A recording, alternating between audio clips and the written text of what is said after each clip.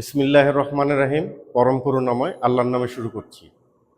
Aziz learn সেন্টারের পক্ষ থেকে সকলকে অসংখ্য অসংখ্য শুভেচ্ছা ও স্বাগত। আজকে আমি সমাস এর 3টা বিষয় নিয়ে আলোচনা করব। চলে যাই বোর্ডে। একটা হচ্ছে উপমান, উপমিত, আরটা হচ্ছে রূপক। 3টা বিষয়, উপমান, উপমিত, রূপক। আমরা চলে যাই উপমানে যাই। প্রথমে উপমান। এখন এই যে উপমান, এখানে আমি যদি দন্তন্য উঠাই দিই তাহলে এই কথাটা সত্য। তার মানে উপমান হচ্ছে সত্য। সত্য কিছু যদি পাই তাহলে সেটা হবে উপমান। যেমন কাজল কালো, কাজল সবসময় কালো হয়, এটা সত্য। বললাম তুষার শুভ্র, তাহলে তুষার সবসময় সাদা হয়, এটাও সত্য। তুষার শীতল, তুষার সবসময় ঠান্ডা হয়, এটাও সত্য। তাহলে উপমা অর্থাৎ উপমান সবসময় সত্য হবে। এখন কিভাবে ব্যাস বাক্য নির্ণয় করব সেটা দেখি।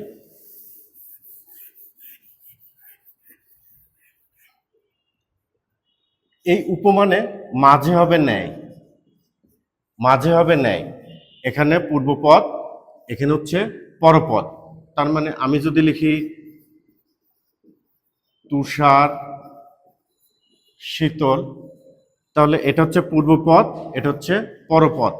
এটার সাথে এর আসবে, তার মানে তুষারের ন্যায় শীতল। তাহলে আমরা ব্যাস বাক্যটা লিখি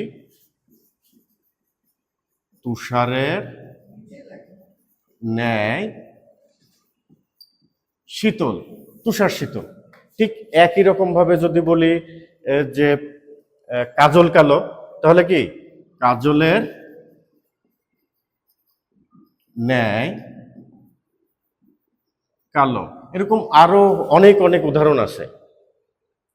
আমরা মোটামুটি উপমান কর্ণধারয় সমাসটা আজকে সম্পূর্ণভাবে বুঝতে পারলাম। আমরা চলে যাব এখন উপমিতে।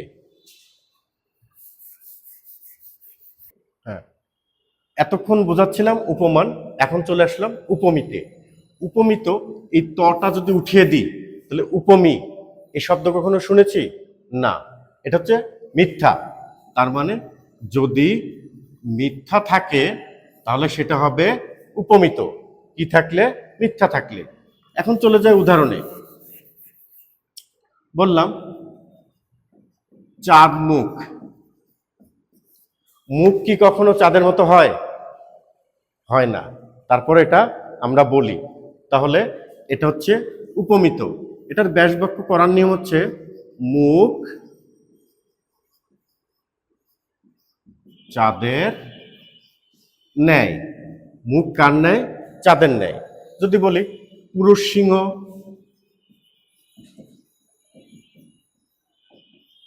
পুরুষ সিংহ, তাহলে কি হবে?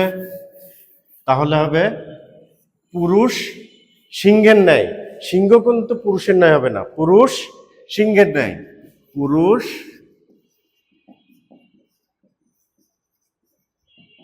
সিংহের ন্যায়, পুরুষ সিংহ। আবার যদি বলি বাহুলতা, কি হবে? বাহুলতা, বাহু লতার ন্যায়, বাহুলতা। তাহলে আমরা শিখলাম কি? উপমিত। এবারে চলে আসি রূপক কর্মধারায়। সবচেয়ে মজার একটা সমাস, সেটা হচ্ছে রূপক কর্মধারায়। রূপক, রূপক, এই রূপক কর্মধারয় সমাসে 2টা জিনিস থাকে। একটা হচ্ছে অদৃশ্যমান, আর একটা হচ্ছে দৃশ্যমান। রূপক কর্মধারয় সমাসে দুইটা বিষয় আমরা দেখি, একটা পূর্বপদ একটা পরপদ। পূর্বপদ সবসময় থাকে অদৃশ্যমান, যা দেখা যায় না, ছোঁয়া যায় না, অনুভব করা যায়। আর দৃশ্যমান হচ্ছে যা দেখা যায়, ছোঁয়া যায়, অনুভব করা যায়।